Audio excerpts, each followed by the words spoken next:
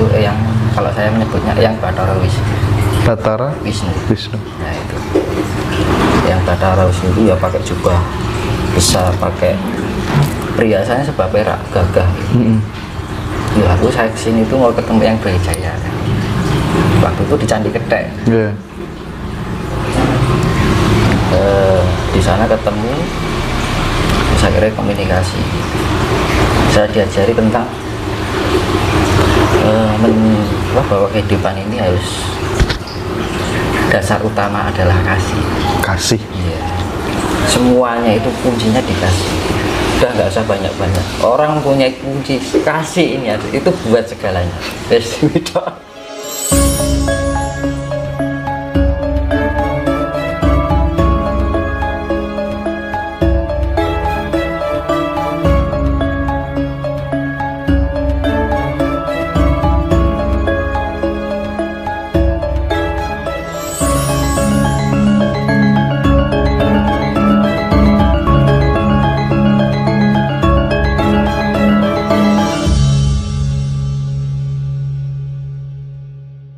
Aku tuh sebenarnya dapat cerita tentang Mas Dinus itu pertama dari Mbah Adi. Nah mungkin Mbah Adi ini sering naik ke Puncak Lawu bareng Mas Dinus. Nah Mas Dinus itu katanya sering atau melihat langsung wujud yang Sabdo Palon dan yang Brawijaya, karena mungkin punya kelebihan dari kecil, indigo atau apa begitu. Tolong diceritakan sedikit coba Mas. Terima kasih. Ini cerita dari awal aja ya. Iya. Dari pertama dulu, dari kecil. Saya umur berapa? Mungkin kelas 5 SD. Iya. Mulai berasa itu kelas 5 SD, SMP, SMA. Jadi perjalanan itu emang ujiannya itu memang pertama awalnya tuh diganggu sama sesuatu hal yang astral. Jadi tubuh juga itu kadang-kadang sakit di dada, kadang di tangan, kadang di kepala, gitu. Terus dibawa bapak saya ke mana-mana tempat orang kiai, orang pinter, katanya ya bukan sakit gitu, memang kalau orang Jawa ini campur ya bahasanya ya. Yang Jawa, orang Jawa ini istilahnya wadahnya lagi dan dan setiap malam kalau mau tidur itu selalu diganggu. Jadi sampai sekarang saya nggak pernah tidur malam. Sampai sekarang? Iya. Berarti kalau malam jam 1, jam 2 gitu mesti begadang terus berarti? Iya, saya setengah malam suntuk. Semalam suntuk, iya. Pagi baru istirahat. Paling sore itu jam subuh. Paling sore subuh ya? Jarang sekali. Oh. Jadi misalkan jam 7 kerja ya jam setengah 5, jam 5 baru tidur. Tidur cuma 2 jam, 3 jam. Kalau tidur lebih dari 5 jam itu malah pusing ya. Meskipun tidur hanya 2 jam itu secara kesehatan nggak ada problem ya sebenarnya? Aman-aman aja ya? Kalau saya itu kalau melek malam, kalau kelihatannya perutnya sudah ngelintir atau lapar gitu ya, makan aja. Kita makan, minumnya juga cukup. Pokoknya kalau kita lapar ya makan secukupnya. Kalau haus ya minum, jangan sampai telat minum. Tapi kan saya meleknya itu kan pakai yoga juga, jadi wening. Ya meditasi, ya yoga. Kan ada yoga, ada meditasi. Beda. Apa mas bedanya mas? Kalau meditasi itu kan sikap, kan ada 5 sikap ya dalam meditasi. Pertama adalah tetap itu dimanapun kita berada, kita merasakan nyaman dulu, relax. Ya. Jadi sebelum meditasi kita jangan langsung meditasi, kita relakskan dulu otot saraf kita, detak jantung kita seberapa, atur nafas kita, terus pikiran kita kan masih terbawa pikiran duniawi. Nah ini dilepas dulu. Terus lihat langit. Lihat langit, memandang langit, membayangkan bahwa oh di dunia ini sangat indah sekali gitu. Terus mengamati sesuatu yang pernah terjadi. Jadi saya perenungan. Jadi hening, henung kan gitu. Jadi merenung baru hening. Terus kalau sudah kita rileks, pikiran kita rileks, hati kita rileks, lepaskan segala sifat-sifat keduniawian. Karena kalau meditasi itu kan sifatnya suwung. Kalau bahasa Hindu atau Budanya itu hong ya gitu. Jadi memang kita harus bisa menyatukan alam semesta ini ke dalam tubuh kita, itu harus benar-benar suwung, karena tidak tercampur oleh hal-hal yang keduniaan. Nah itu kalau sudah menep kan itu kan tetap ya kan. Kedua madep. Nah madep marang Gusti. Setelah kemudian yang berbau dunia itu lepas, hilang semua maksudnya. Kan rileks posisinya. Jadi kalau bahasa kan relaksasi. Terus kalau sudah rileks kita madep. Jadi kita sudah siap kalau mau madep itu. Posisinya sudah siap. Jangan sampai kalau madep posisi pikirannya enggak kesampaian kita mau doa apapun. Maksudnya nggak langsung gitu ya Mas ya? Iya. Langsung. Jadi nganggo ragu sagusu lah istilahnya. Nah kalau udah madep,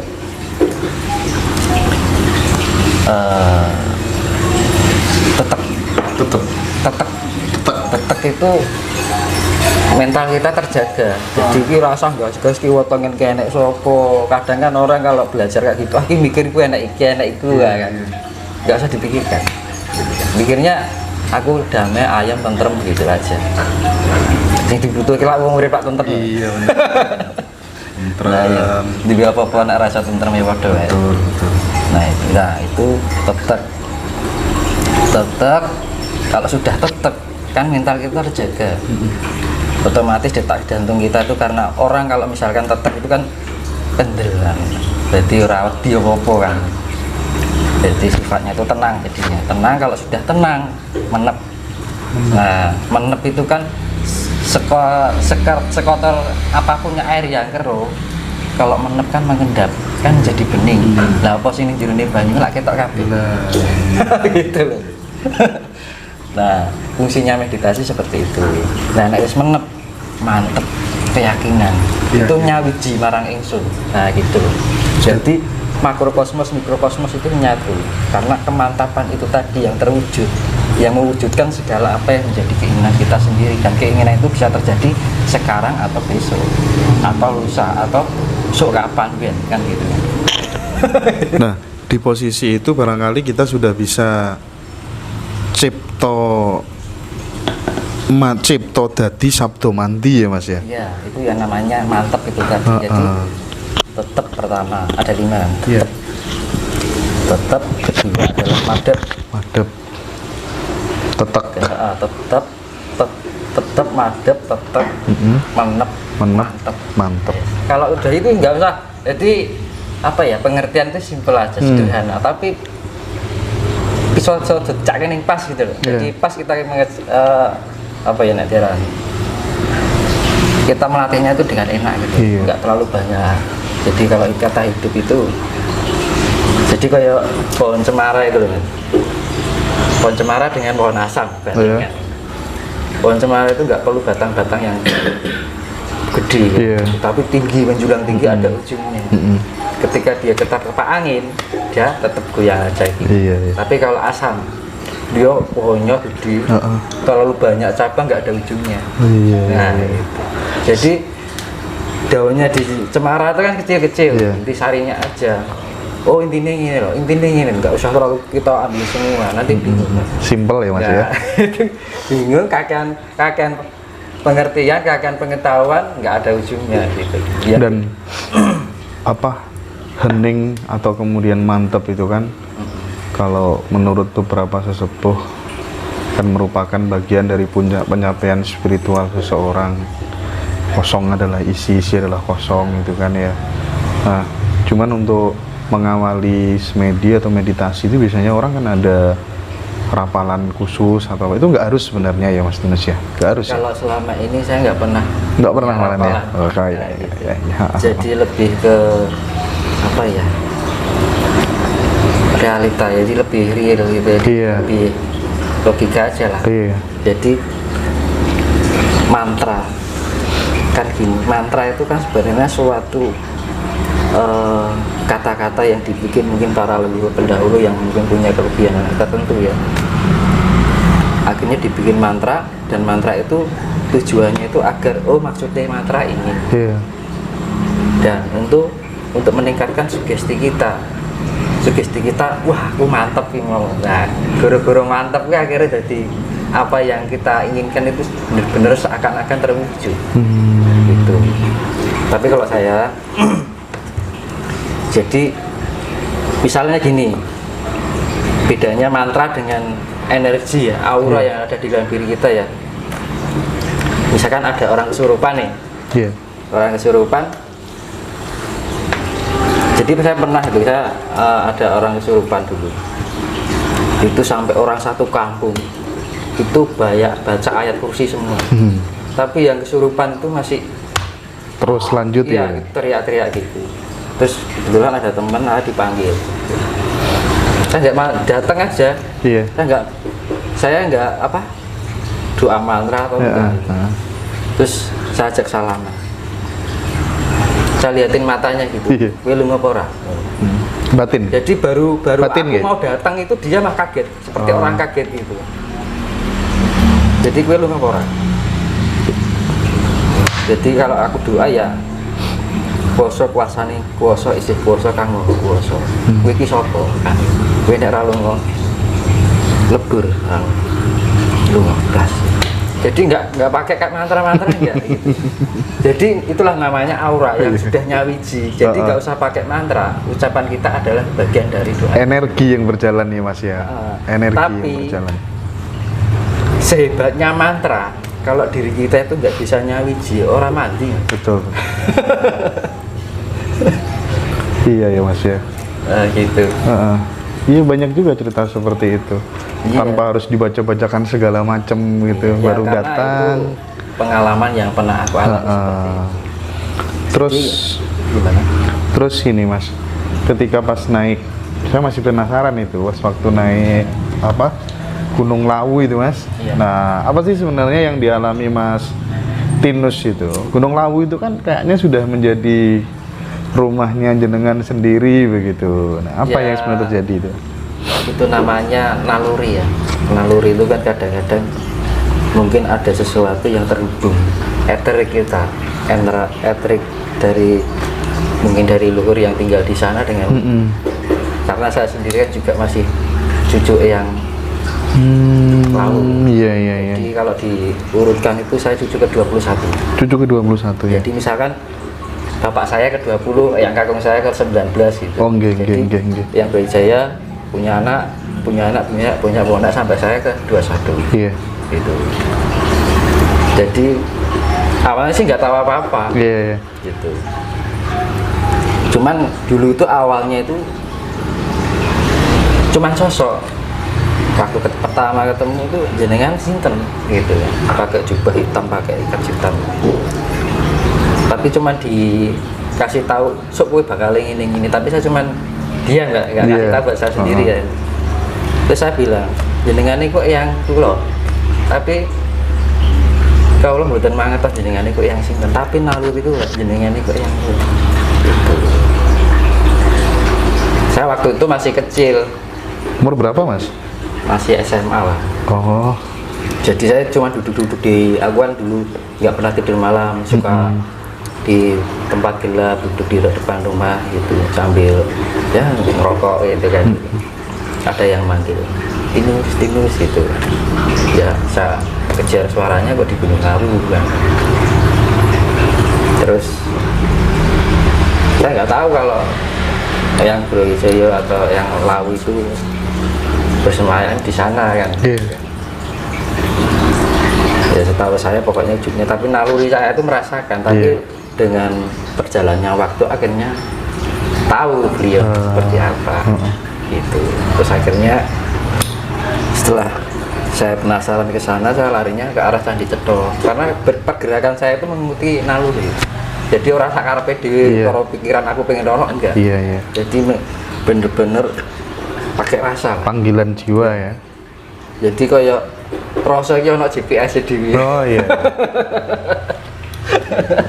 Iya, ada GPS-nya ini. Di sana, tapi kebetulan waktu saya ke sana malah ketemunya malah bukan Eyang Bejo, tapi ketemunya itu Eyang, kalau saya menyebutnya Eyang Bathara Wisnu. Bathara Wisnu. Nah itu Eyang Bathara Wisnu itu ya pakai jubah besar, pakai perhiasannya sebab perak gagah gitu. Ya saya kesini tuh mau ketemu Eyang Brawijaya. Waktu itu di Candi Ketek. Di sana ketemu, terus akhirnya komunikasi. Saya diajari tentang bahwa kehidupan ini harus dasar utama adalah kasih. Iya. Semuanya itu kuncinya dikasih. Udah nggak usah banyak-banyak. Orang punya kunci kasih ini aja, itu buat segalanya. Dan gitu. Makanya kan terus aku lama-kelamaan itu mengetahui juga ternyata Eyang Brawijaya itu ada hubungan erat dengan ikatan erat dengan Wisnu.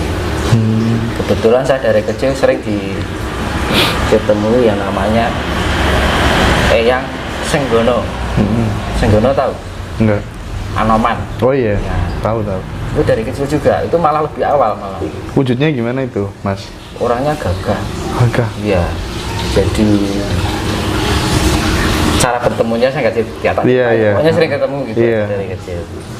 Cuma wujudnya ya kayak kerah. Badannya putih semua. Oh gitu. Bersih. Iya. Nah, itu. Ya soal komunikasi itu kan rahasia.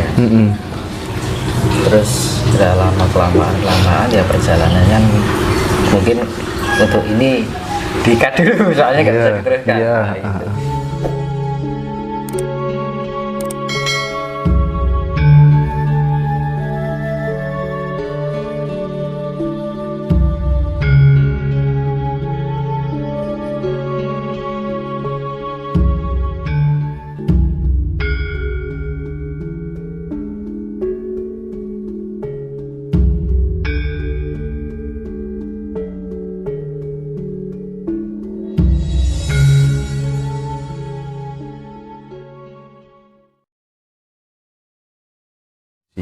Tapi apa syarat agar seseorang bisa kemudian muksa itu, Mas? Yang sampean pelajari. Menyatukan sifat-sifat Tuhan. Niat ya. Yang penting kita niatnya itu bukan sesuatu keinginan, tapi kita itu ngrumangsa. Aku iki diuripi ana sing nguripi. Aku wis dikeki ambekan, dikeki mangan, kan gitu. Lah betul merape aku kan Gusti ki apa? Nah itu ya namanya urip ki tanggung jawab. Hidup itu adalah utusan. Urip iki diutus.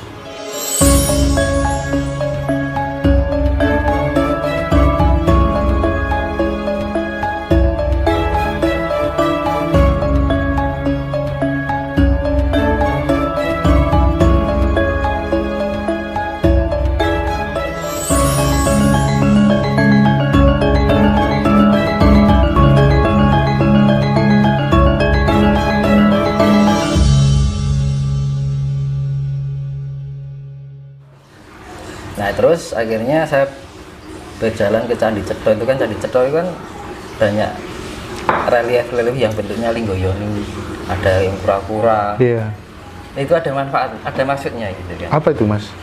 Nah ini pertama saya jelaskan dulu ya, kenapa orang leluhur kita membuat candi itu tidak dari kayu, tapi dari batu.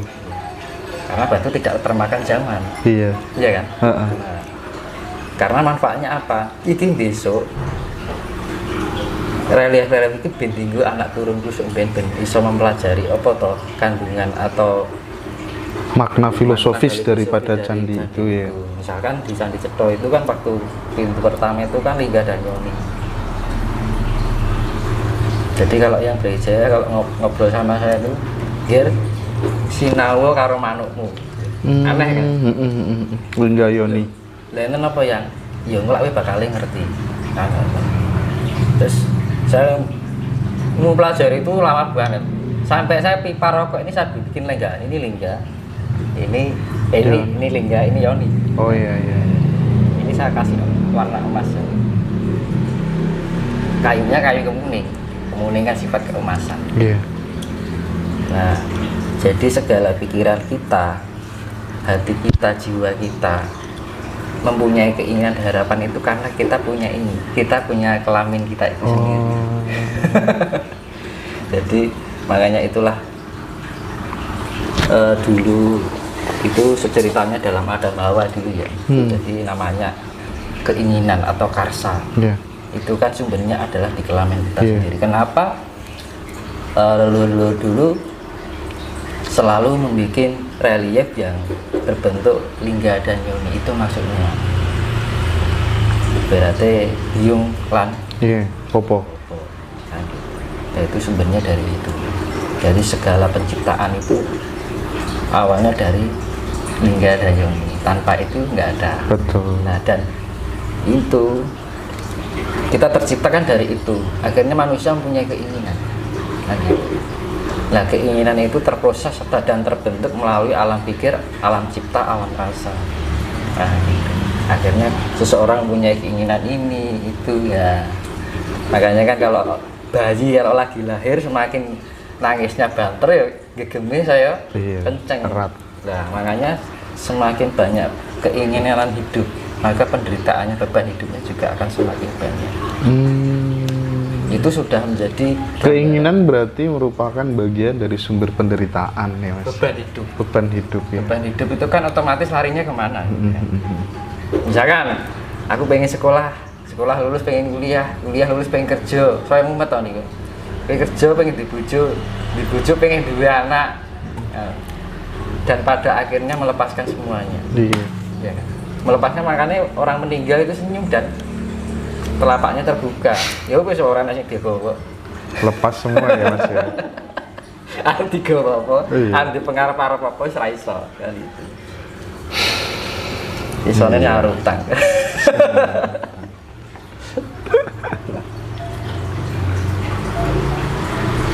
Nah, itu di relief pertama lingga dan yoni itu. Makanya lingga dan yoni itu selalu disimbolkan untuk relief yang ditujukan pada Siwa. Iya. Makanya Brahma, Wisnu, Siwa. Oh, gitu ya mas. Alam cipta, alam rasa, alam karsa. Oh aduh, saya baru paham sore ini mas, serius. Nah, alam awalnya cipta, itu alam rasa, alam suatu karsa. penciptaan. Nah, ini sifatnya itu pembuat lah ya. Cipta, kita menciptakan sesuatu. Pikiran itu ya mas ya. Akhirnya segala cipta itu kan untuk mewujudkan sesuatu dari yang tidak ada menjadi ada. Anane ono saka ora ono. Ya kan? Akhirnya menjadi ada. Nah, ketika ada diturunkanlah Wisnu. Kalau nggak ada Wisnu itu sebagai pengendali, makanya ngomong orang di tengah. Iya. Jadi dikendalek ya alam rasa. Makanya kalau kita tidak mengenal rasa itu sendiri, kita kehilangan rasa kendali kita sendiri, keseimbangan. Makanya diarani adil itu orang iwa orang nengen podo. Kabeh iki nek keluwihan ora apik, kekurangan ora apik. Nah, sifatnya di situ. Seimbang. Nah, itu penyeimbang itu Wisnu. Nah, ini karsa. Karsa itu keinginan. Nah, itu. Nah, karsa ini bisa menjadikan baik, bisa menjadikan buruk. Bisa menjadikan surga atau neraka. Nah, itu. Murka ya bisa. Kalau ini bisa nyawiji antara cipta rasa dan karsa, itu bisa menyawijikan. Itu mengarahnya yang suatu yang kebaikan. Jadi bahwa barang elek iso dadi apik kan. Iya, Itu mergo itu karena keinginan mau dikendalek karo iki karo ciptane nganggo nalar. Itu kan sifatnya itu kan ini dinggo pemikiran atau kecerdasan gitu kan. Jadi wong iki nek nganggo ati tok ya orang pas. Iya. Gitu. Ana iki wong bodho ning ora ngerti apa ora ngerti kan gitu kan. Nek nganggo iki, ora nganggo iki, wong sak karepe dhewe kan gitu kan. Ini benar. Nah, makanya itu ini titik hasilnya itu. Makanya kan ini konsep yang dinamakan kalau orang di leluhur mungkin di Jayabaya itu ya disebutkan Trisula Weda. Trisula Weda. Nah itu Brahma, Wisnu, Siwa. Siwa. Gitu. Cipta, Rasa, Karsa. Penciptaan, pemeliharaan, peleburan. Nah, peleburan itu bisa dua, peleburan atau penyempurnaan. Iya. Nah, sempurna apa lebur? Ya. Neraka apa surga? Pilihannya ya di Karsa Nah, itu ya. Nah ini hasil akhir, Iya. kan gitu. Nah ini sangat menentukan sekali, makanya istilah nafsu itu kan, dibilang nafsu itu kan di situ. Karena keinginan dan nafsu itu tadi, kita mempunyai harapan ini kena entek ya. Menungso ki enek ra enek. Iki tambahnya kurang, iki tambahnya kurang. Betul, Nggak ada pembatasnya ya ini tadi. Iki karo iki enek karep terus. Iya. Gini ramain. Betul. Pengerasanya. Nah itu. Makanya nek wong ngomong nganggo pikir ora ora sadar nek omongan dhewe nglarani atine manusa. Wong liya kan iki. Kabeh kan nganggo iki kan nganggo ati. Dadi nek ngomongi nganggo ati, nek ora jawab bilang gitu. Jadi diarani nek ngomong ki tepake karo awakmu. Nek kowe kira ning ngomong ngono nek di ngomong ngono ning wong liya, kira-kira wong liya ku ngomong ning kowe kira-kira kowe iso trimo apa ora? Nah. Nah, itu namanya tepo, nepake karo dhewe arep ngomong atuh nindak. Arep ngrasani wong gampangan. Wah, kowe ngene-ngene ya, dirasani ngono gelem ora. Gitu.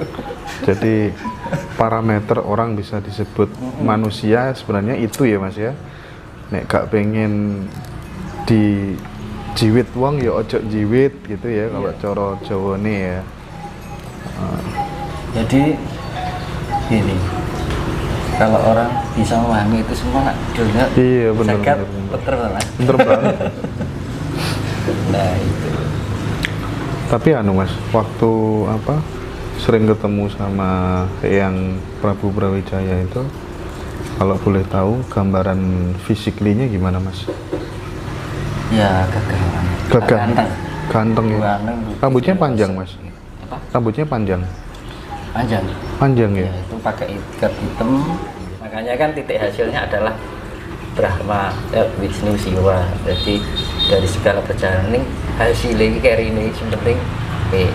Jadi rasa misalkan anak uang perjalanan anak ya rasa dinilai orang apa juga elek salah wae. Ya artinya kan apa prosesnya dia kan belum selesai Mas. Nah, Ibarat nyapu itu kalau belum selesai ya jangan dibilang oh ini nyapu rusuh ya. Jadi, karena nyapunya belum selesai. Iya. Jadi hidup itu seperti ini. Perjalanan itu adalah pelajaran. Pengetahuan. Dari pelajaran kita mendapatkan pengetahuan. Kan gitu. Iya. Terus dengan pelajaran itu kita bisa menganalisa diri kita sendiri. Nah, analisa itu perlu proses yang namanya waktu. Dan waktu setiap orang nggak sama, beda-beda. Ada yang 3 tahun, ada yang 10 tahun, ada nganti teko mati orang ngerti apa-apa. Iya. Banyak, kan macam-macam. Malam sering datangi Mas? Pakai dupa cendana. Oh, senengannya dupa cendana. Iya. Mas kalau pas di rumah begitu, pernah nggak malam-malam didatangin sama beliau langsung gitu? Atau bolak-balik barangkali? Gimana ya bilang? Oh duduk aja didatang gitu kadang. Jadi seringnya tanpa ingin ketemu, tanpa memanggil.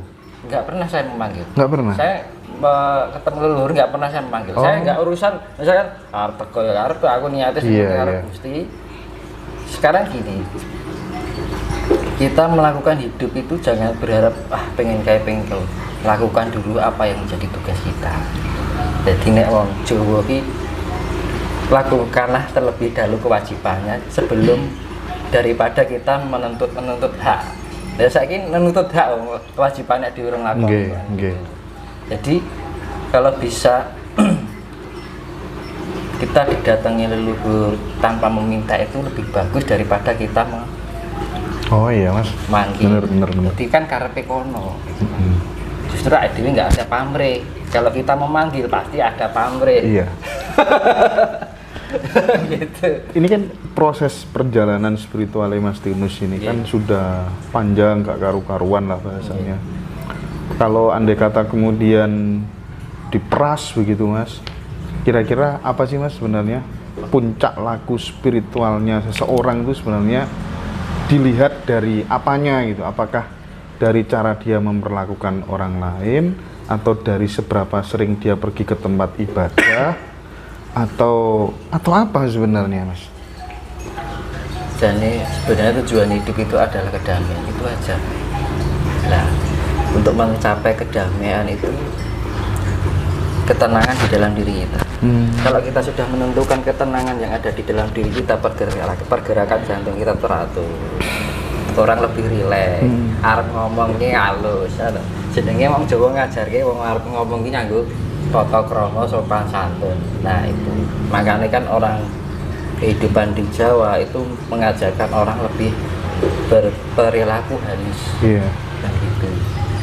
Karena sifat Tuhan itu sifatnya lembut, Latif ya, lembut ya. gitu. Jadi kalau kita mengaku kenal Tuhan tapi perilaku kita masih arogan, Nah, terus piye? iya. Gitu. Bisa nyawiji. Kan gitu. Makanya kan ketika Tuhan berada di dalam diri kita, itu berarti dhewe wis dadi sawujud satu sifat. Sifat-sifatnya Tuhan ya Lembut. include di dalam diri kita. Nah, gitu. Azar ngomong ki nganggo perasaan. Halus kan perasa itu kan lebih halus ya gitu.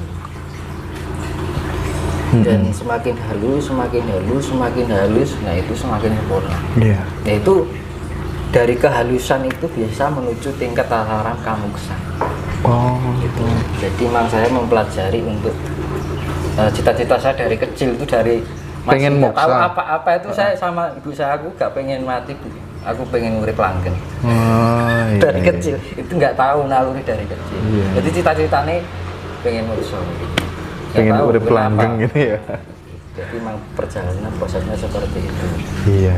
Niru leluhur Mas. Itu perjalanannya nggak gampang. Iya. Neng mungkin bagi orang sulit ya, terlalu sulit. Karena apa? Dibilang gampang itu kan karena sudah terbiasa. Sesuatu hal yang berat jika dibiasakan akan menjadi ringan. Bener. Nah, Karena udah jadi kebiasaan, tradisi. Tapi apa syarat agar seseorang bisa kemudian muksa itu Mas? Ya, Yang sampai kita pelajari. Menyatukan semua sifat-sifat itu niat, Tuhan. ya. Niat ya. Yang penting kita niatnya itu bukan sesuatu keinginan, tapi kita itu ngrumangsa. Aku iki diuripi ana sing nguripi. Aku wis dikeki ambekan, dikeki mangan, kan gitu. Lah betul merape aku kanggo Gusti ki apa? Nah itu ya namanya urip ki tanggung jawab. Hidup itu adalah utusan. Urip iki diutus. Diarani istilahnya duta, basa-basa itunya duta. Urip Utusan itu ya. duta, ya diutus nggo apa? Diutus ben dhewe bali marang.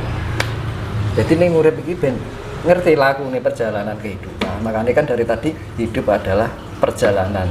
Perjalanan adalah pelajaran. Pelajaran itu adalah pengetahuan. Pengetahuan kita analisa membutuhkan waktu. Nah gitu. Kalau kita menemukan proses itu, hasilnya adalah ya kita menemukan tentang di mana letak keberadaan kedamaian itu sendiri. Nah otomatis kalau orang yang sudah damai, mempunyai pribadi yang damai, otomatis kan kasih saya. Nggak ada rasa dendam, dilarani, dipisu uang ya matur suwun. Makanya ajaran Buddha, ajaran tertinggi di Buddha itu kan welas asih ya Mas. Nah, itu kan budi ya. Iya. Bu itu kan gini, budi. Bu itu kan sifat asih budi. Kan Buddha ya? Iya. Buddha. Bu itu sifat asih budi ya. Da itu daya kekuatan. Jadi kekuatan kasih. Makanya kan di dalam Candi Cetro setelah kita mempelajari tentang ini yang namanya linggo filosofi dari Linggo Yauni ini, kita akan menemukan kedamaian yang disebutkan kedamaian itu sifatnya abadi. Kalau orang bila kedamaian itu sifatnya tidak abadi, itu berarti pikirannya dewi hanya ingin bahagia. Pura-pura bahagia. Berusaha untuk membahagiakan diri. Beda. Maca ya. Nah, tapi kalau kedamaian yang sesungguhnya itu abadi, langgeng. Maka di Candi Cetro itu dilambangkan relief dalam bentuk kura-kura yang tempurungnya itu berbentuk daun cinta, love. Iya. Itu ada maknanya. Kura-kura itu simbol keabadian. Kura-kura itu nggak pernah jalan cepat, itu nggak pernah alon-alon, waton kelakon. Jadi semuanya itu harus dijalani dengan sabar. Nah, itu. Terus tempurungnya apa? Berbentuk cinta. Itu kan tempurung kan bagaikan rumahnya kura-kura itu tadi. Nah, itu dimanapun kita berada, rumah kita adalah rasa cinta kita itu. Waduh. Jadi ning ndi krasa kasih tresno ki digowo. Wis to, urip bakal entuk kata sampai kamu nyaning urip ning ngono kuwi. Iya. Kalau sudah membawa rasa cinta itu, ora tegel. Emang ora tegel. Ada semut lewat itu loh. Saya sampai ada semut itu, misalkan di kamar mandi ada semut, tak giring dulu. Nek di anu banyu kan nggak mungkin mati dia. Dia juga punya hidup kan. Sampai segitu ya Mas. Jadi jangan ngaku kita bisa nyawiji, kita bisa manunggal. Kalau kemudian perilaku kita sehari-hari masih belum bisa lembut, ya kan? Masih teganan sama orang gitu. Jangan sampai mencaci orang lain. Kalau dicaci nggak masalah. Ya malah seneng. Iya. Berarti enak sing ngritik. Iya, asik ya Mas hidup kalau begitu ya Mas. Ya. Tanpa beban gitu. Ada saja di dunia ini orang itu seperti kita semua. Ya itulah orang yang sudah selesai dengan dirinya itu Mas.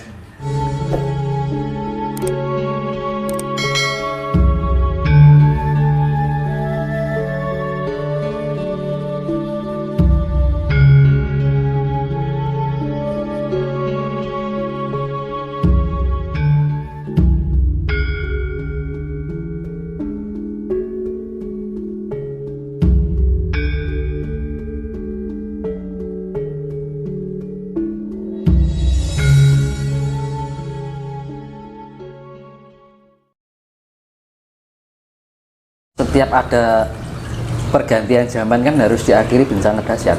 Itu pasti, nggak mungkin dia. Itu untuk diarani cokro panggilingan seperti itu. Jadi kan banyak yang bicarakan, banyak pemahaman yang mungkin persepsinya beda-beda ya. Ini mungkin perselisihan antar keyakinan, keyakinannya menjadi terbelah. Kalau terbelah ya nggak separuh-separuh. hampir berapa persen yang terbelah kan gitu kan.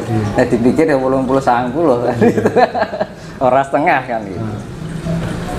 Jadi nugel kaping pindu bilang kan. Itu memang benar-benar Pulau Jawa akan terbelah.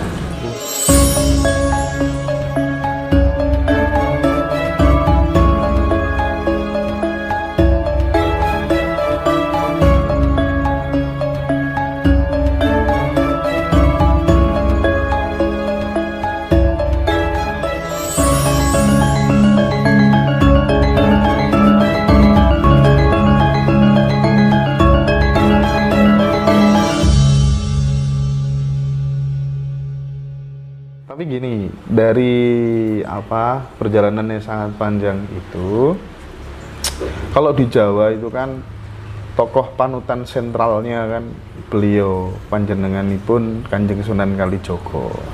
Pernah nggak ditemui beliau lewat mimpi atau kemudian lewat kasunyatan gitu, wujud physically gitu, pernah nggak Mas? Kalau saya dulu waktu posisi di rumah saya, kakak saya di Nganjuk. Iya. Saya tuh nonton TV. Iya. Nonton TV waktu itu saya masih SMA ya. SMA atau SMP. tiba-tiba itu tangan saya dipegang orang pakai baju lerek-lerek Jawa itu yang itu Blangkonan itu pakai iket tapi batik. Jadi nggak belangkon kayak belangkon jadi sekarang itu enggak. Jadi modelnya kan dulu kan masih pakai diikat gitu kan. Terus pakai celana yang setengah 3/4 yang hitam gitu. Terus saya dipegang, tapi mata saya melek. Tapi ketika dipegang saya nggak bisa gerak. Tapi sadar, meripat nih, itu melek gitu kan. Ger, cuman gitu aja. Dia yang saya pergi, cuman gitu aja, cuman menyapa aja. Itu kasat, berarti panah mata itu benar-benar ya. Tapi yang paling dominan dari lelakunya Mas Tinus itu lebih dominan mengurangi makan atau mengurangi tidur? Kalau saya hidup normal-normal aja. Normal-normal aja? Ya, saya tuh nggak pernah nyiri apa, yang penting menikmati apa adanya gitu. Gitu ya? Jadi, cuman hobi saya itu melek malam. Karena sudah menjadi keterbiasaan dari sejak kecil. Jadi kalau semalam itu, misalkan kecapean gitu, pernah gak sengaja ketiduran pagi, rasanya kayak gelo, kalau sing kurang. Gitu ya Mas? Karena apa?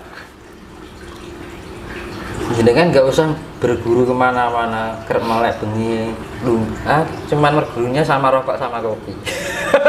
Itu gurunya. Gimana maksudnya itu? Penting itu? Iya kan, otomatis kan orang rokok, kopi, pikirannya kan mesti kita mau nggak mau kan berbicara dengan diri sendiri. Oh iyalah, self talk itu ya. Itulah orang yang buat diri kita menjadi pintar itu adalah seringkali lah berbicara dengan diri kita sendiri. Iya Mas, sepakat saya kalau soal itu. Iya benar. Nggak, artinya gini Mas ya, saya ingin menekankan kepada semuanya Mas, karena sekarang ini mayoritas orang ketika ada masalah itu Mas, mentok, pusing dengan masalahnya, itu larinya mesti cari orang pintar. Sana didatangi, sana didatangi, sana didatangi. Karena kalau orang keyakinannya dia nggak dapat. Nah itu berarti sebenarnya bisa diselesaikan lewat dirinya sendiri. Iya. Jadi emang apa ya namanya? Zaman sekarang itu emang krisis pendidikan nilai. Jadi pendidikan nilai dalam arti gimana ya? Orang sekarang kan untuk lebih banyak ke eksternal daripada internal. Betul. Iya kan? Belajarnya keluar daripada ke dalam. Jadi gitu. Ketika dapat terpaan itu kan otomatis internal juga kena. Nah, padahal internalnya kosong. Padahal sekolah itu belajarnya masuk ke dalam ya Mas. Nah itu yang menjadi konsep. Ini menjadi konsep penting. Konsep penting mana ketika besok ini kan akan ada perubahan apa namanya, peradaban. Ya, di peradaban baru itu nanti ada konsep, itu penglihatan saya sendiri ya. Iya. Ada konsep, jadi misalkan pendidikan anak sekolah gitu, itu dari sejak dini, dari sekecil itu sudah diajari tentang pendidikan nilai. Apa tuh pendidikan nilai? Itu biar orang itu memahami tentang kesejahteraan hidup. Jadi murid itu benar ngerti, jadi murid itu digopo kan gitu. Bukan hanya kalau kita pengen itu kan hanya tambahan hidup, tapi tujuan hidup yang sebenarnya bukan itu. Berarti ada rekonstruksi kurikulum pendidikan mulai dari total dasar ya, dari bawah ya. Yang diutamakan pasti akan terjadi itu Mas Tinus. Pasti. Lama nggak kira-kira penglihatannya panjenengan yang dirasakan kira-kira? Di bawah 5 tahun nggak kira-kira? Untuk mempersiapkan lebih awal aja. Jangan sampai kita terlambat menyadari. Iya. Siap. Nah, karena gimana ya? Ya kadang-kadang itu kebenaran tuh di mata Tuhan ya. Kebenaran tuh ada di Tuhan ya. Kalau saya melihatnya sih nggak lama. Nggak lama. Jadi kurkuran ini 2001, 2002, 2003 itu kayak sudah ada garis gitu. Kalau penglihatan saya loh, garis 2004-2005 itu mulai perbaikan, pemulihan sampai ini proses perjalanan masih panjang. Pembaikan ini, jadi pengembalian budi pekerti, jadi dikembalikan, jadi dimurnikan kembali sampai benar-benar menyatu. Akhirnya terciptalah kehidupan Gemah Ripah loh di sini. Oh, gini Mas. Itu bisa terjadi di tahun 2040 ke atas. Oh iya. Yang menarik ini, saya kan keliling nih Mas ke beberapa sesepuh gitu.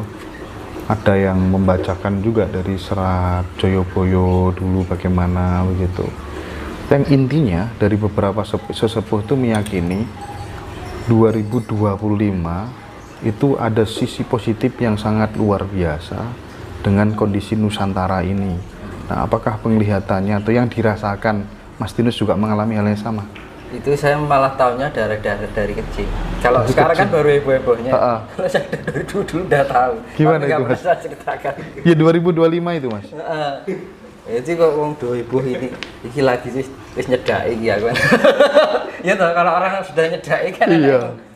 Wah sih jadi. Bener. Diarani suara trompet sangkakala itu ya itu. Suara orang ini itu ya Mas ya. Itu kan apa yang ada yang di Al-Qur'an itu apa yang berbunyinya trompet sangkakala atau apa itu. Iya. Ya itu kan ya omongannya wong-wong ki sudah heboh gitu. Sudah banyak yang bicarakan itu. Kalau aku sudah tahu dari sejak bertemu Eyang Gereja itu ya makanya yang diceritakan Eyang Gereja pertama ketemu itu ya soal ini. Sok bakal ini. Nah, kalau bapak saya bilangnya 2060 itu titik puncak kejayaan Nusantara. Nah, kalau sampean gimana itu? 2040 ke atas. 2040 ke atas ya. Jadi tahun 2005 ke sini itu umum-umum ki wong dandan-dandan. Iya, gitu. Apa nek wong dandan-dandan omah langsung dadi omah kan enggak mungkin. Mboten, iya, enggak mungkin. Lah aku nek dadi omah kan lagi kena niki kena ini. Iya. Nek dadi omah kayak kursi, kayak meja kan gitu. Apa langsung dadi ora mungkin. Tapi ini kan kemarin 2 bulan itu Mas. Pagebluk ya. Orang meninggal itu gak karu-karuan. Pagi sakit, sore mati ya kan. Itu hampir 2 bulan 3 bulan. Tahun kembar. 19 dulu kan juga pernah terjadi. Bahkan di Nusantara korbannya 4,37 juta orang. Ini mending dulu kan besok sore sore loro esok mati kan gitu. Ini 2020 kan juga sama. Neng paling enggak dulu kejadian cuma 2 tahun. Ini paling ya 2 tahun rampung kan itu. Gitu ya. Tapi cuman nanti 2022 ya alam nanti. Alam nanti puncak puncaknya 2023. Jadi kayak saya lihat itu 2024 itu kayak ada garis gitu. 2018 Palu bencana tsunami. Jadi pitung gini. Jadi apa yang menjadi sing film yang lewat ini mau jadi kenyataan. Jadi memang di luar prediksiku. Jadi memang itu kan Nabi Khidir itu kan penguasa laut. Iya, air samudra. Tapi Mas, kalau rame-rame orang pada bicara tentang Pulau Jawa yang terbelah menjadi 2, itu kalau keyakinannya Mas Tinus, karena memang efek bencana dan pasti akan terjadi sebagai pertanda akan jaya-jayanya Nusantara begitu. Iya, tidak ganjing itu pambuka. Setiap ada pergantian zaman kan harus diakhiri bencana dahsyat. Itu pasti, nggak mungkin dia. Itu untuk diarani cokro panggilingan seperti itu. Jadi kan banyak yang bicarakan, banyak pemahaman yang mungkin persepsinya beda-beda ya. Ini mungkin perselisihan antar keyakinan, keyakinannya menjadi terbelah. Kalau terbelah ya nggak separuh-separuh. hampir berapa persen yang terbelah kan gitu kan. Nah dipikir ya 80-90 kan gitu. Orang setengah kan gitu. Jadi di nugel kaping pintu bilang kan. Itu memang benar-benar Pulau Jawa akan terbelah. Pulau Jawa kan benar-benar terbelah. Iya, betul. Itu bisa terbelah menjadi 2, bisa menjadi 3. Bisa jadi 2, bisa jadi 3. Iya. Kalau saya lihat 3. Makan korban nggak? Pasti. Itu ada itu nggak hanya potong terbelah enggak loh. Masih ada tanah yang bergeser. Belum nanti pertemuan Laut Selatan dan Laut Utara itu bertemu, duet, itu masih larinya ke samping. Itu yang banyak orang sekarang mengatakan, khususnya para sesepuh ini ya, air bah akan di mana-mana gitu kan ya. Surabaya dadi Rowo, Kediri dadi kali, dia kan Jakarta akan tenggelam. Itu Mas Yunus melihat apa enggak kira-kira? Ya, ini itu kan random nanti. Orang nggak bisa prediksikan ini nggak bisa, random. Random. Iya. Karena pergerakan alam, peneliti aja baru mendeteksi gempa aja nggak bisa, apalagi itu perubahan alam gitu loh. Alat teknologi aja nggak bisa. Tapi panjenengan sangat yakin bahwa setelah pandemi ini musibah yang datang adalah alam. Iya, alam. Iya, alam ya. Kemungkinan nanti akan terbelah menjadi 3. Kemungkinan kalau apa yang saya lihat ya. Loh, itu pernah disampaikan oleh seseorang sesepuh di Lamongan, Mas Tinus. Cuma dia memang nggak mau dipublikasikan, sama persis indikannya panjenengan terbelah. Ini kan gini, bukan itu medeni ini orang. Iya. Ada kuncinya. Kuncinya PB selamat kan itu sih digurih lah sing gimana Mas? Saat itu terjadi, kita sudah punya tameng supaya selamat. Nah, gini. Saya ibaratkan ya. Ini misalkan sepeda ontel. Ini ada catnya ya. Ini kan catnya warnanya pink. Iya. Ketika melewat jalan yang kotor, pasti ketempelan kotor ya. Kotoran ya. Perjalanannya kan dia penuh dengan kekotoran ya. Roget. Nah, kita bersihkan yang apa namanya? Yang jatuh dari badan sepeda ini apa? Pasti kotorannya kan. Iya. Tapi catnya kan enggak. Catnya masih melekat di rangka sepeda. Itu artinya berarti cat karo rongkok lah udah siji, nyawiji. Jadi kuncinya adalah kita menyatukan diri dengan alam. Menyatukan diri dengan alam. Rasional. Siap. Lah alam itu ya namanya pembersihan ya. Ngresiki barang reget. Ya sing ngerasa dadi sawiji karo alam ya katut gitu ya. Makanya kan yang membersihkan apa? Air laut kan sifatnya penetralisir. Nah, dinetralisir kan. Jadi bumi ini digoyang. Jadi intinya adalah orang-orang yang tidak berkontribusi atau tidak bisa bermanfaat buat alam, ya itu akan lunas ya Mas ya. Kuncinya nyawiji dengan alam. Iya. Jadi tapi caranya nyawiji ya itu tadi. Kita bisa menguasai cipta rasa jiwa, kita diolah dengan meditasi, dengan yoga mikro ya. Jadi kita lebih melatih, meningkatkan intuisi kita, meningkatkan tingkat kesadaran kita. Apa toh gunanya meningkatkan tingkat kesadaran kita? Jadi ini diarani eling. Arep ngomong wae eling sih, sadar. Wih, kaya enak sing ngene iki.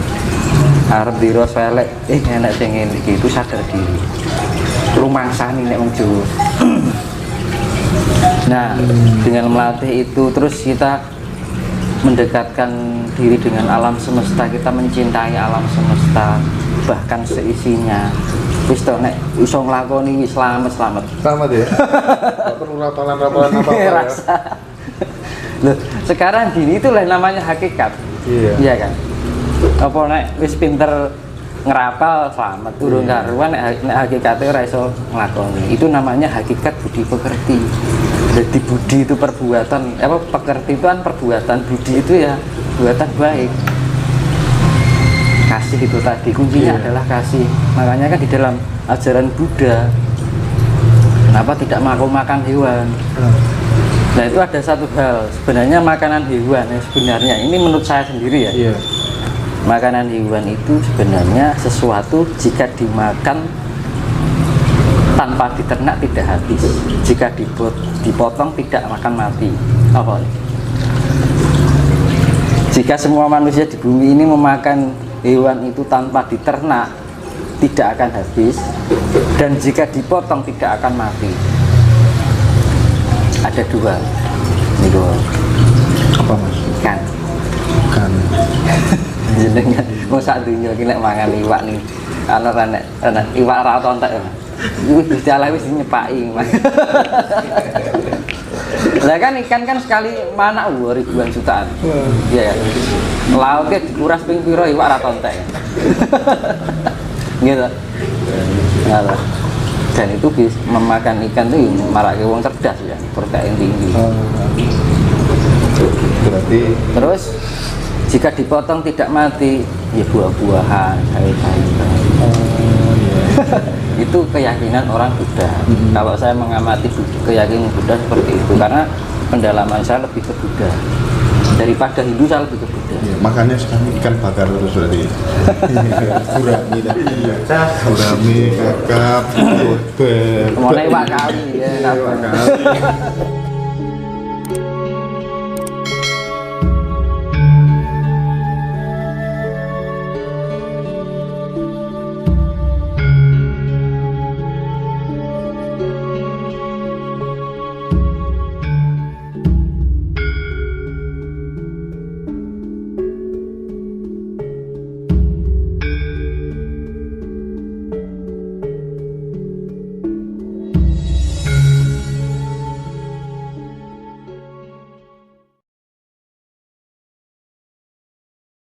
Sekali lagi supaya teman-teman semuanya selamat mas ya, apa yang harus dilakukan dan inti dari diskusi kita malam hari ini kira-kira apa mas? Paling krusial mas. Itu ya itu tadi bisa membentuk sifat asih.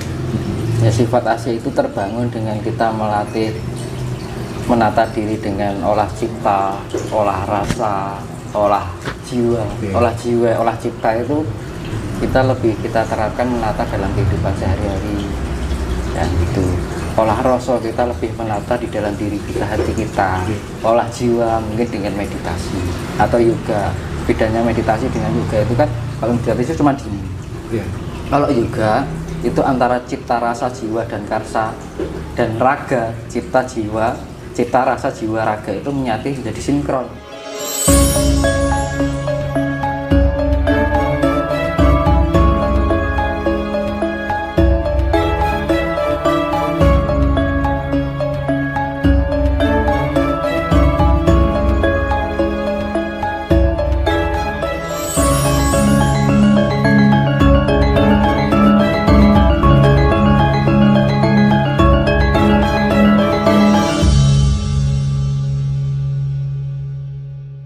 Mas, terus ini mas, ada banyak ini tokoh yang mulai mengatakan bahwa nanti itu tak akan ada presiden ke-8.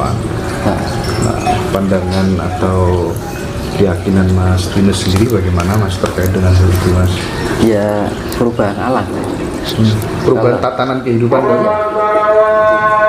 Lanjut aja. Kalau yang namanya perubahan alam pasti pemerintah bubar kabeh to.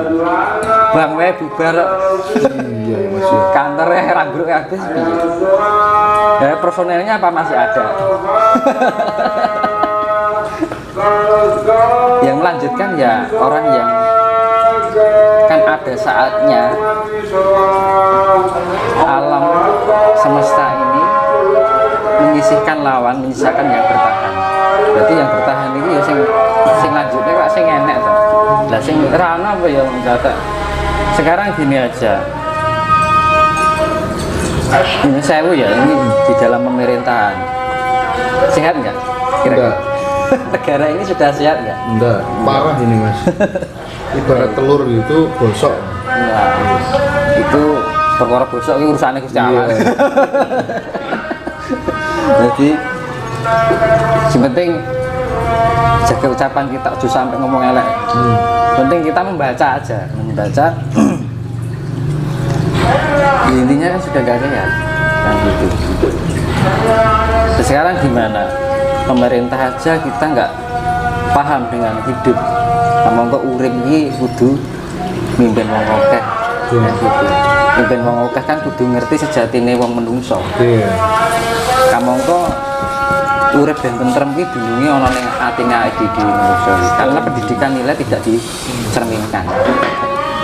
Apa ada pendidikan yang sekolah-sekolah mengajarkan tentang pendidikan nilai? Anak emang secara teori, mungkin secara agama seperti ini, tapi secara penerapannya sehari-hari kan nggak ada prakteknya. Orang belajar diri sendiri dari diri masing-masing, makanya hanya orang-orang yang terpilih, orang yang bisa memahami, orang yang bisa introspeksi diri, rumangsani salah, rumangsani oke kekurangan, justru orang itu yang baik kan itu. Nek rumangsa pinter lah repot kan itu. Orang kalau rumangsa pinter itu kan berarti egonya yang dikedepankan malah diabaikan. Jadi gugu karepe dhewe. Jadi kalau kita rumangsani salah, oh iya aku iki enak. Oke, wong ki ngepit cayaan. Aja sok ngelok ngono, kadang awake dhewe yayaan yo entar ora sadar kan gitu. Namanya kan gitu. Jadi kita terapkan dalam di kehidupan sehari-hari, kurangi untuk mencaci maki orang. Kalau ada orang salah yo didongake wae. Muga-muga wong kae ndang eling kan. Yo enek munarimu. Kan gitu.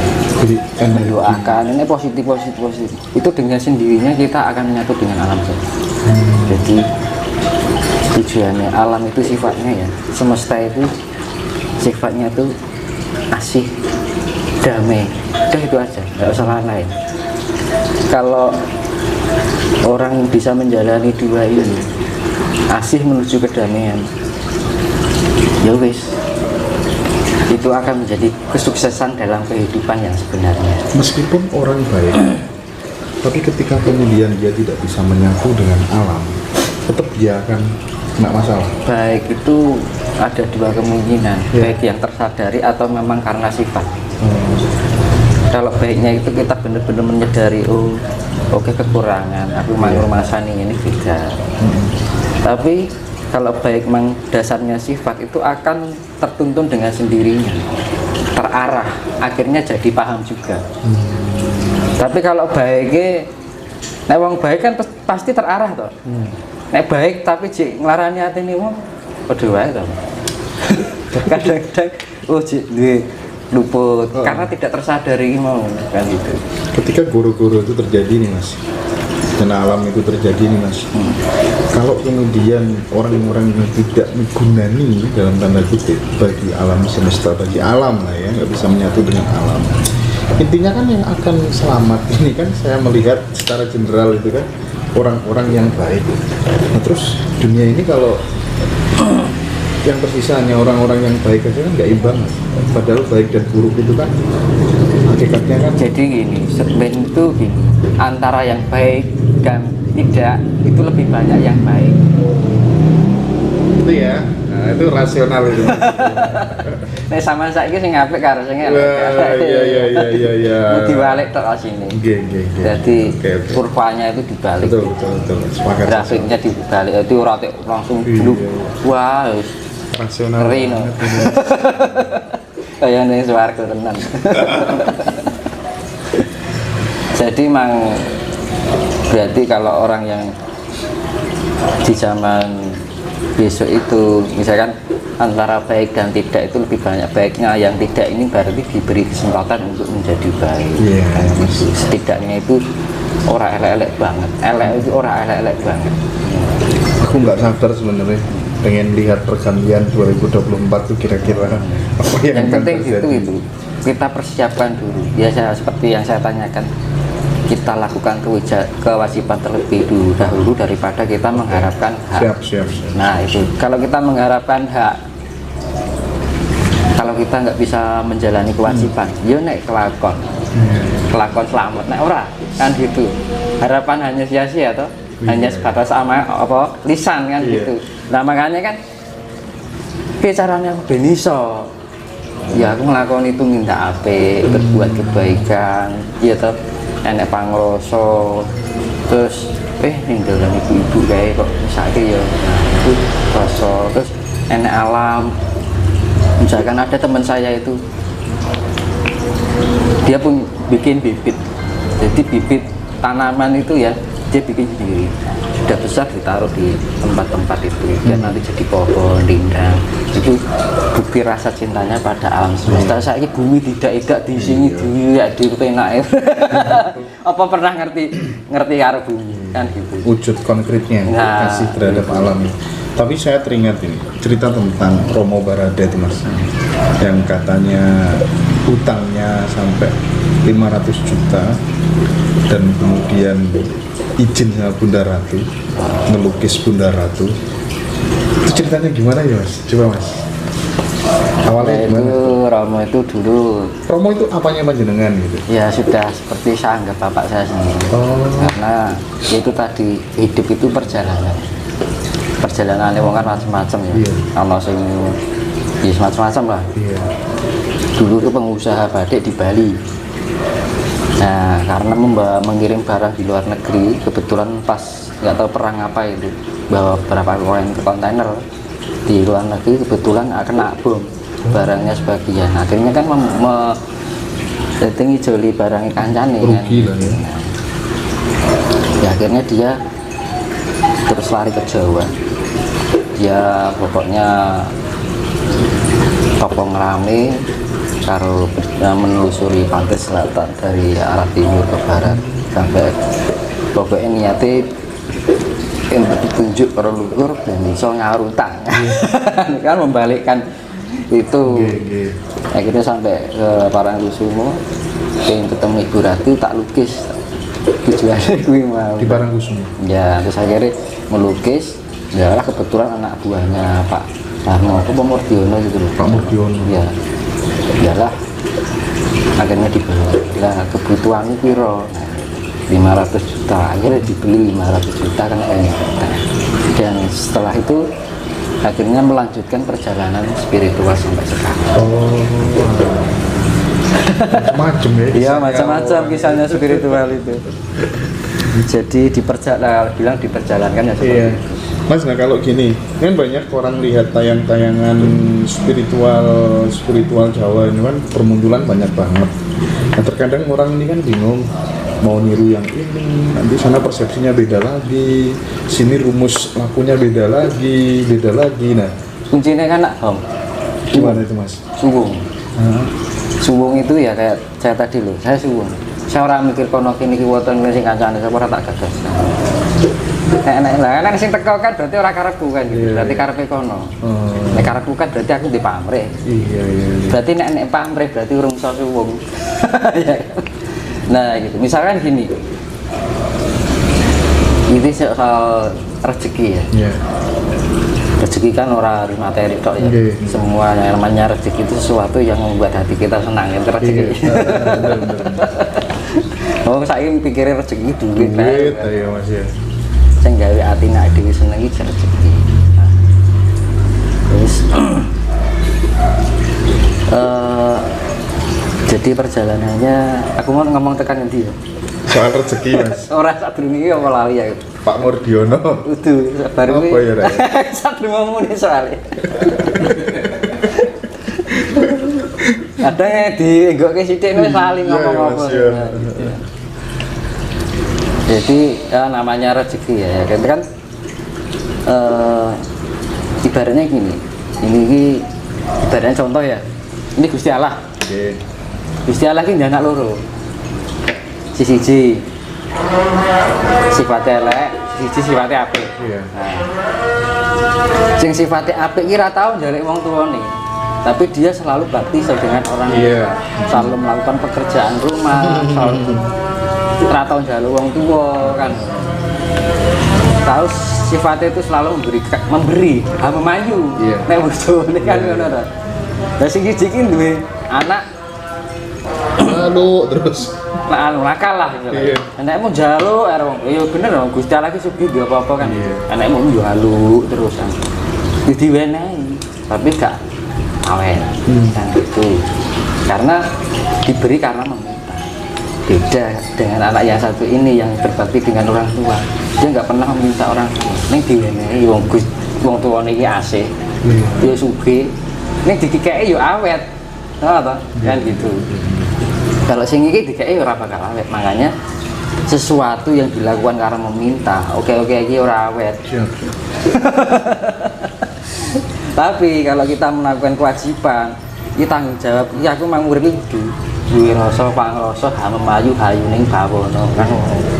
Jadi tujuan hidup itu ya ini seperti yang dibuat Pancasila itu kan dibuat dari itu juga.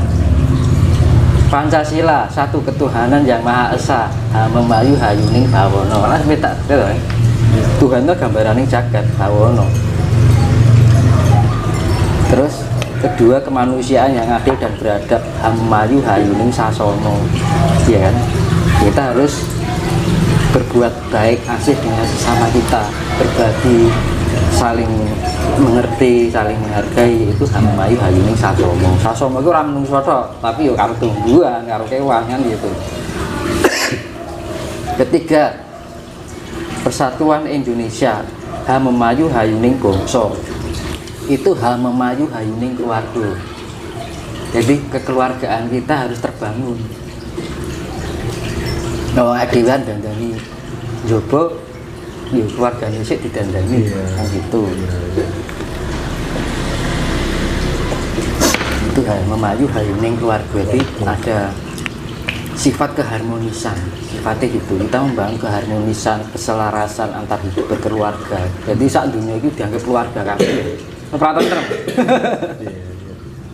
Terus keri dhewe keadilan sosial bagi seluruh rakyat Indonesia. Nah, yang digaris bawah ini adalah bagi seluruh rakyat.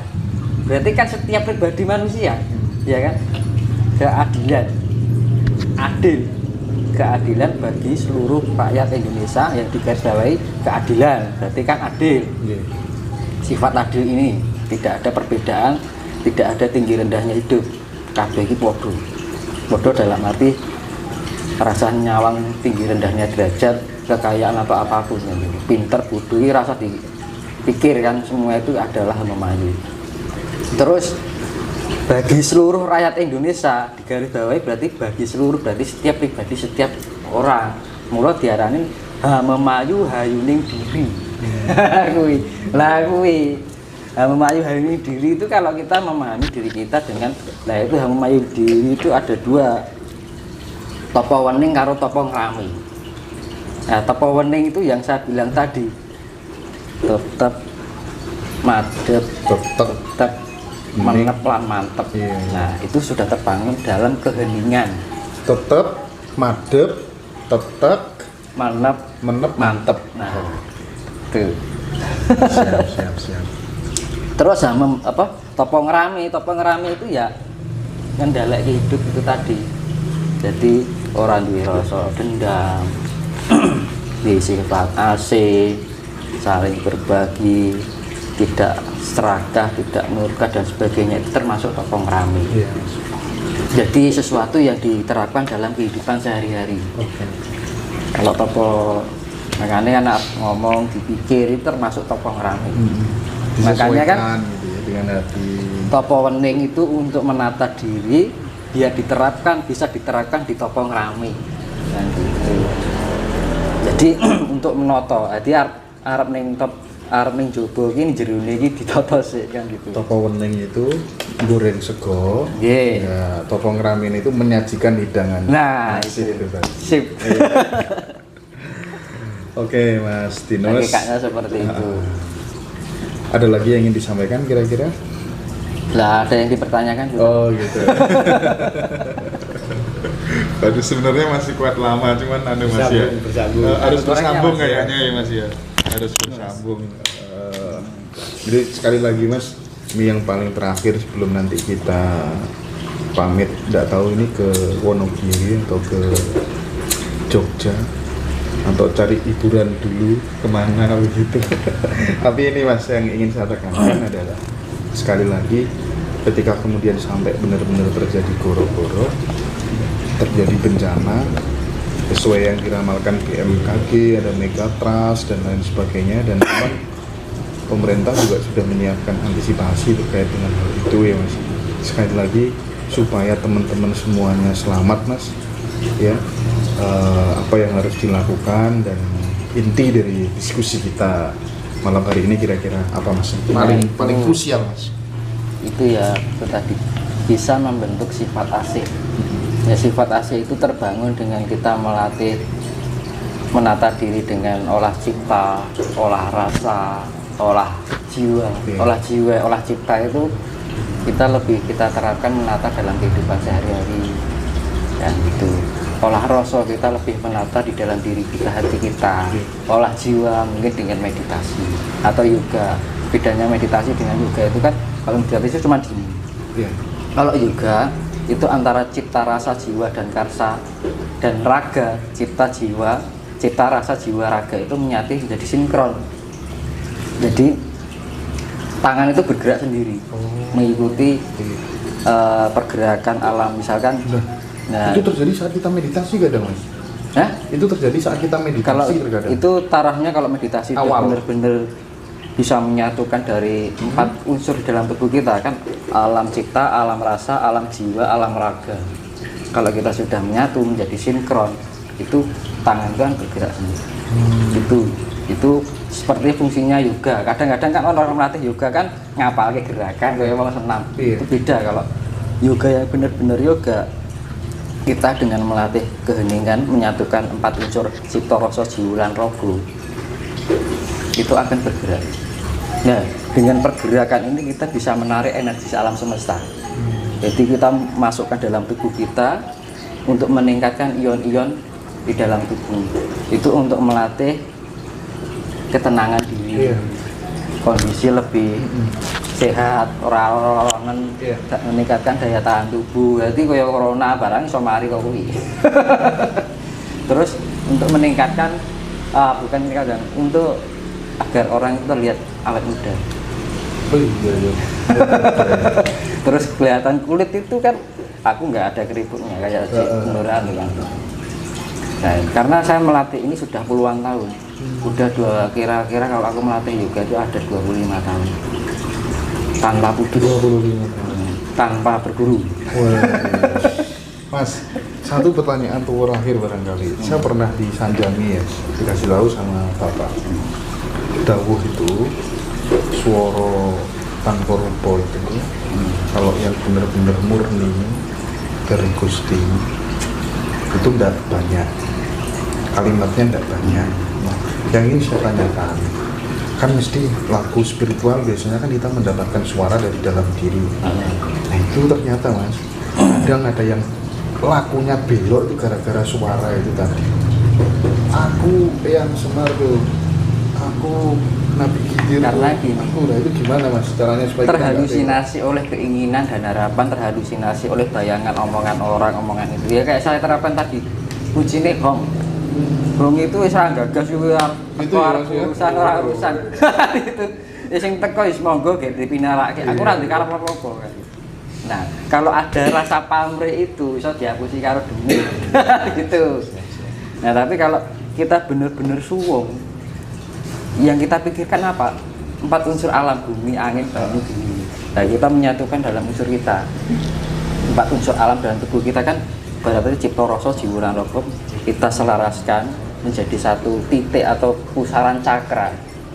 Jadi nek misalkan gawe tenan ora iki iso delok.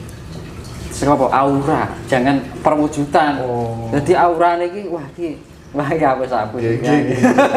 Itu sebenarnya diri kita sendiri yang merasakan. Karena gini, ada tahap tingkat spiritualitas. Untuk mempelajari spiritualitas satu, ada levelnya loh. Level pertama, nek wong nek jenenge biasane bawaan lahir ya, mungkin karena genetika dari eyang-eyangnya dulu atau mungkin lah iso kaya ngono. Tahap pertama itu adalah ngrasake rasa. Jadi ngrasake itu ning kono kok kaya ana sesuatu ya. Gak ada krasa. Nah, nek kan orang ngerti wujude. Iya, bener. Nah, kita olah terus dengan kita nek peduli dengan awake dhewe lho, ora peduli ora memelihara apa yang kita miliki ya wis ora mudeng apa kan. Misalkan merasakan aku ngrasake ya itu berdasarkan perjalanan level yang pernah aku alami. Terus level kedua diolah terus dengan meditasi dan yoga. Level 2 adalah mengerti wujud. Nah, dengan wujud ini mau kita bisa mengetahui, biasanya mau ngerasa ketok nih akhirnya bisa ngerti wujudnya. Nah itu naik level ya. Nah, terus naik level ketiga itu adalah komunikasi. Jadi pertama ngerasa terus ngerti wujudnya, akhirnya bisa komunikasi. Interaksi gitu ya. Nah, interaksi itu bahasanya bahasa rasa. Jadi bahasa rasa itu tanpa membicarakan bahasa apapun, bahasa yang kita mengerti aja, tapi berbicaranya gini, aku mengerti apa yang kau rasakan, kau merasakan apa yang aku rasakan. Kadang-kadang orang spiritual itu tanpa rasa omongan, batin tok wis kerasa.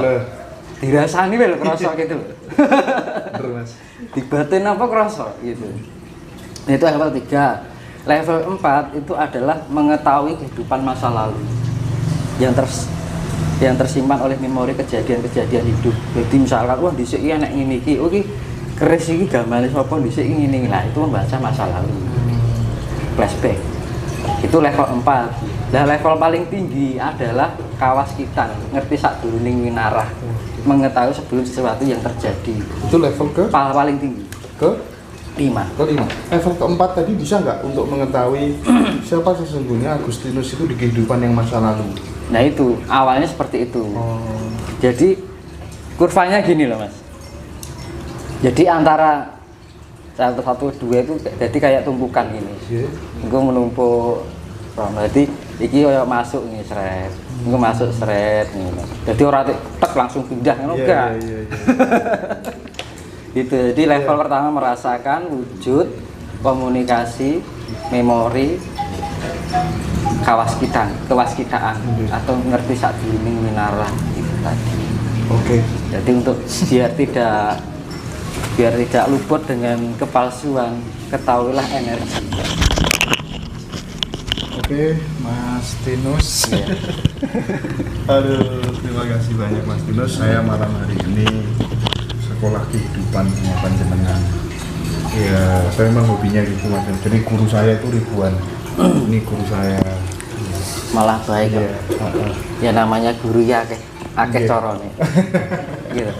Wong guru karo banyu wae iso. Apa meneh guru karo uang. Urusan temen dan jalan raya sama guru sama ini. Nah, iya. Terima kasih banyak Mas Tinus ya atas waktunya. Insya Allah kita sambung lagi Mas ya lain waktu. Matur suwun, rahayu teman-teman semuanya. Rahayu, terima kasih.